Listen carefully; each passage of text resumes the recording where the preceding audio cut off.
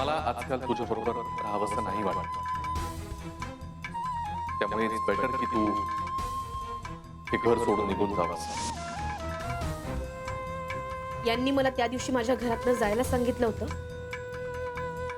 पण माझ्या घरातून आणि यांच्या आयुष्यातून मी सहजासहजी जाणार नाही.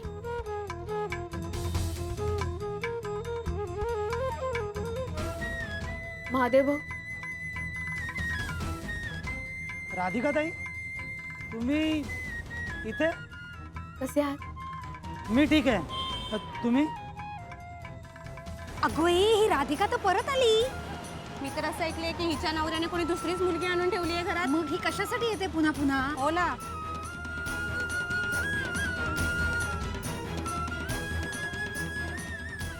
आधीच हो.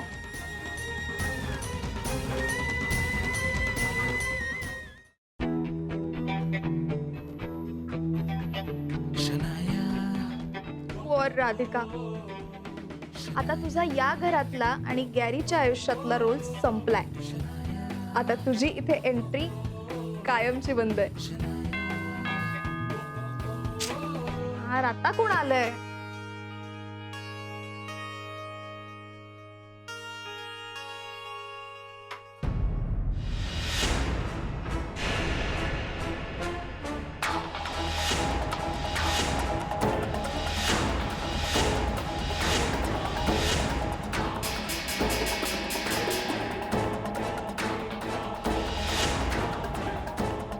तू इथे काय करते? खरं तर हा प्रश्न मी तुला विचारायला पाहिजे. चल निघ इथून. नो, मी कुठे जाणार नाही. तू यायचं नाही याच्या घरात. आयटम जास्त इतरू नको. ठेवून देईन ना रेपटीत. बस तेव्हा कळेल तुला.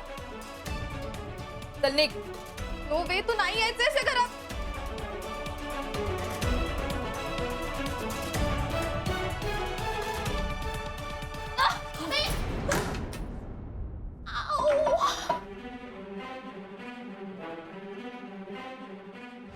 What the hell या? तू सारखी मारामारी काय करतेस ग? तुला तुला बोलायचं तर सांग ना मला. नीट डिस्कशन कर ना. लागलं ना मला.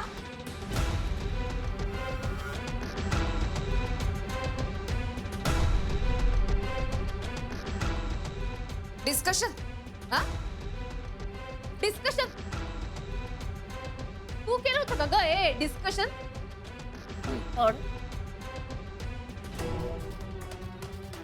तू आली होतीस का माझ्याशी डिस्कशन करायला? हं? सांग ना. आली होतीस का मला सांगायला की बाई राधिका, मी तुझ्या नवऱ्याला जाळ्यात अडकवणार आहे, त्याच्याशी प्रेमाचं नाटक करणार आहे, त्याला हाताशी धरून तुला घरातनं बाहेर काढणार आहे आणि मी तुझ्या घरात येणार आहे. हे डिस्कशन करायला आली होतीस का तू? आली होतीस का? हा, बोल ना. अगे सटरली का तुझी? हा, हाऊ चीप. शी, किती घाण आहे भाषा तुझी. गावठी नुसती. गॅरी बरोबर बोलतो.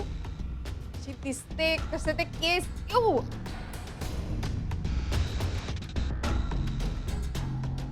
म्हणूनच गॅरीने इरिटेट होऊन सोडलं तुला. ए गप्प बस. हं? तुझ्या पापाचा खबर माझ्या नवऱ्यावरती फोडू नको. त्यांचा काही दोष नाहीये. इतकी वर्ष संसार करून राहिली मी अशीच बोलत होती, अशीच राहत होती, अशीच वागत होती. तेव्हा काही इरिटेट होत नव्हते ते. जेव्हापासून तू त्यांच्या आयुष्यात आलीये ना, तेव्हापासून त्यांचं वागणं बदलून राहिलं. काऊन नाही बदलणार? काऊन नाही बदलणार? तू त्यांच्या कानाशी भू भू भू भू भुंग्यासारखी करत राहशील आणि सारखं ही अशीच वागते, ही असंच करते, ही अशीच चुकते, त्या चुगल्या करत असशील तर असंच होणार ना. म्हणून रागावले ते माझ्यावर. तुझ्यामुळे रागावले.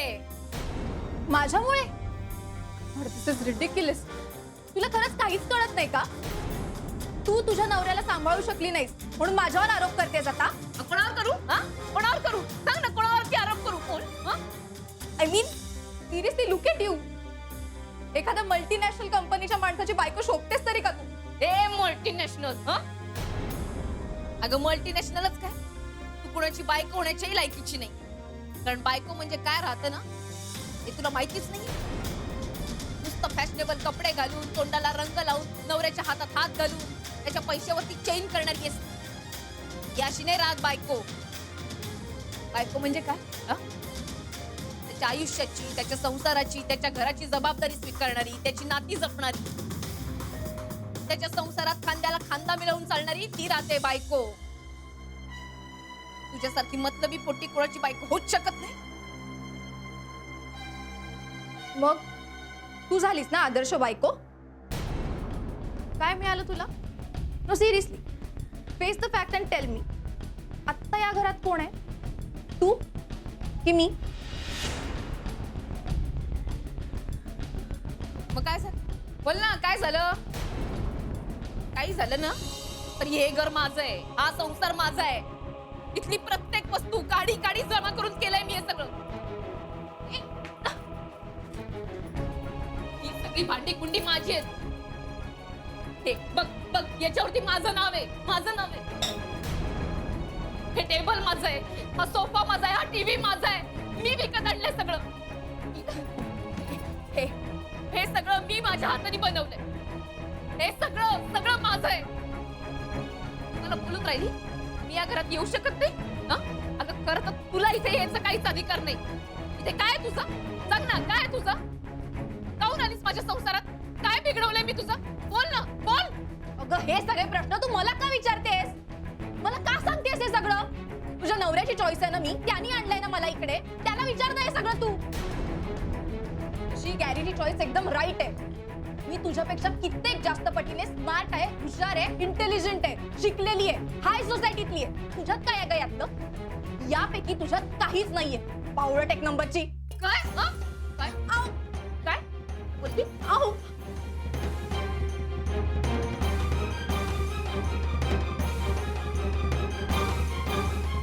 असं गॅरी म्हणतो